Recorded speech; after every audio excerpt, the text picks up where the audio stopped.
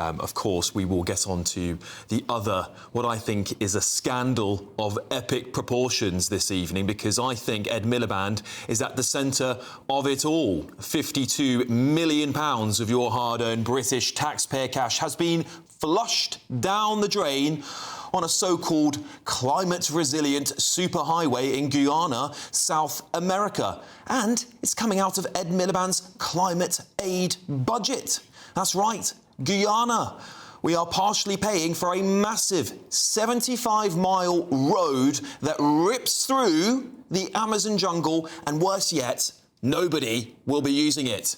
Well, picture this, a 75-mile stretch of tarmac slicing through the Amazon jungle like a chainsaw through butter. It starts in a dusty mining town called Linden, winds its way past bewildered indigenous villages, and get this, dead ends in a ghost town called Mabura. I'm not exaggerating, we're talking about abandoned bars, rusting hulks of cars, a motel that's clearly seen better days since the dinosaurs roamed the planet, and a population of only 150 people. Well, why is it stopping there? Because guess what? That's where the money ran out. It's only half built. Only 46 miles have been done, and the trickiest bits were still to go. Delays have been piling up and excuses piling up, a little bit like a Labour government, perhaps. Well, the total cost has been £140 million, with our £52 million of British taxpayers gifting to the road. This is yet another one of Ed Miliband's brainchildren after the Tories originally conceived the scheme. Ed had no qualms doubling down on it when it came to Labour being in power. And Ed Miliband, the same bloke that's pushed up your energy bills by hundreds of pounds more a year, and the same man who desperately lectures you on the so-called climate crisis. The same man who is spending your hard-earned cash on a road that literally leads to nowhere and rips down the Amazon jungle along the way. But the scandal isn't over yet, because I've got more. This massive road you're half paying for is reportedly deeply intertwined with Guyana's booming oil sector, led by none other than ExxonMobil, which it stands to gain significantly from the improved infrastructure in the area. The 75-mile highway is positioned as a key link to Guyana's major infrastructural transformation, explicitly tied to oil and gas development, facilitating, of course, easier transportation of equipment, workers and exports to ports like Georgetown.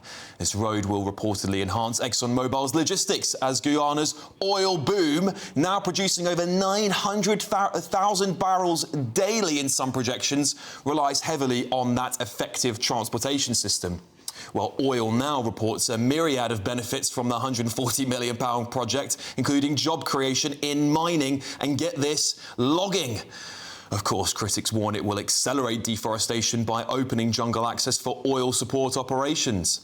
According to a report from The Guardian, construction began on the road in December 2022 amid delays and direct fraud allegations through details of the nature of these claims, such as specific instances of embezzlement or procurement irregularities, remaining limited in public sources, unfortunately. So let me just spell this out to you in really, really simple terms so you can digest all of this. Ed Miliband, the eco-warrior even rivaling Greta Thunberg, who's put your energy bills up by hundreds of pounds by forcing net zero even harder down your throats, the man who claims the world is in a climate crisis, the man who wants to drill oil, doesn't want us to drill oil in our own lands to give us that energy security, that man has given away 52 million quid of your money on a road that leads absolutely nowhere, cuts through the Amazon jungle, supporting mining and logging industries, as well as being a massive support to the oil industry. Oh, and the whole project happens to be embroiled, of course, in allegations of fraud. Well, many of you will forget Ed Miliband's gas-guzzling climate crisis trip to Brazil. And it does make you wonder, doesn't it, that either he knew all of the above, because this road was started in 2022 when he became, of course, Net Zero Secretary in 2024. So how did he, in the civil service, not know about the fraud allegations? How do they not know about the oil industry benefiting from this? It absolutely stinks. It stinks of not just corruption, but complete hypocrisy and a betrayal of the British public. This needs a public inquiry because, frankly, I do not think the Energy Secretary should be allowed to hold high office if he is given the green light to this project amid all the things I've just mentioned. Ed Miliband and this failing Labour government must wind down these insane foreign climate projects and cancel future ones because Britain simply has too many of its own problems to deal with. Let's get the thoughts of my superstar panel tonight. Former Met Police Detective Peter Bleksley, reality TV and superstar AJ Pritchard, and author and academic Dr. Lisa McKenzie. Peter, I'll start with you. I mean, I don't know how much more I have to tell you because I think this looks like a complete cover-up and a massive scandal. There's something about being the leader of the Labour Party and not becoming Prime Minister that sends you a bit bonkers. Right, OK? Look at Neil Kinnock. Yeah. Well, all right. OK, you'll have to look that one up on YouTube, kids, right? But he was a bit unhinged, wasn't he, right? He was, yeah. Jeremy Corbyn, more than a bit unhinged. I think we can all agree on that. And now, moribund Miliband, right, who quite clearly, as my late old dad would have said, is off his rocker.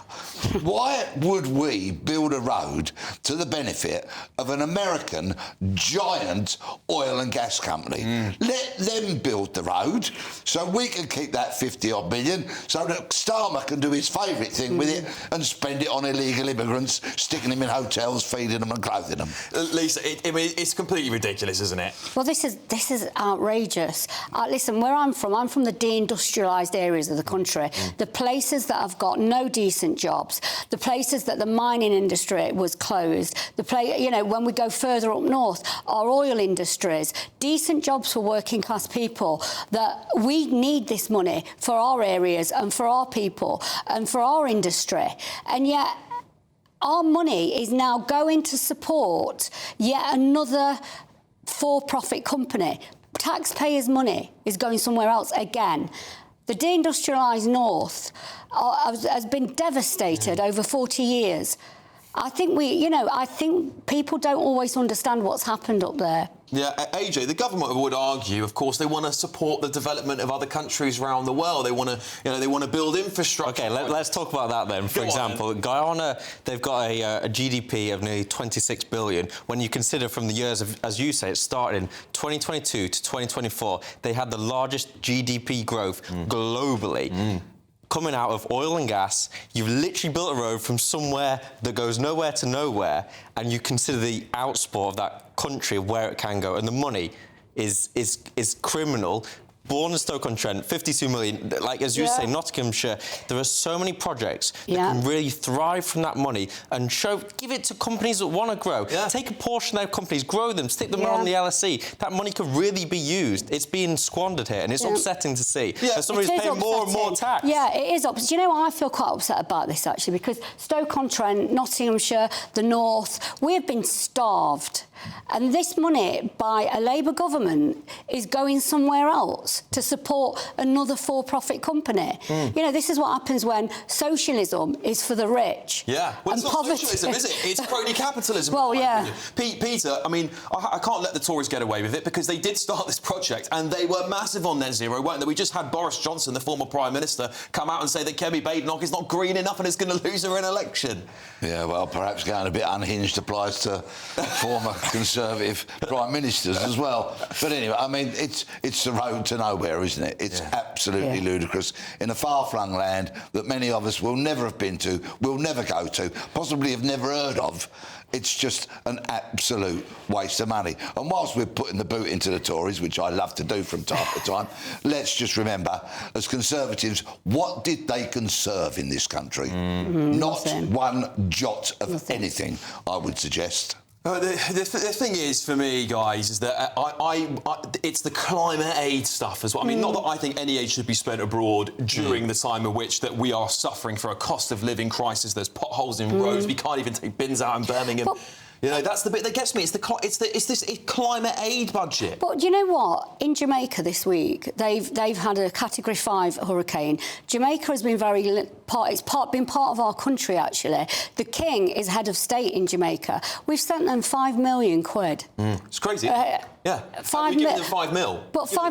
But 5 mil for a country that has given us something, and then 58 million to a road to nowhere. I know it sounds crazy, but I always have this idea in my head. Does it just get put into a bank account, or is there like a business proposal? Because if I want to raise money as a company, I have to put my proposal out, how it's going to be spent, where it's going to go, or is it just like, hey mate, send me the sort code? Yeah. We're just sending it over. How does it go? The thing is, this is the problem with it, because we'll never really know. This road is only half finished, so all that money's gone. It's gone. It's completely spaffed, isn't it? I remember the Greens and the climate change activists arguing about this many years ago. Actually, so this might be an issue that unites everybody.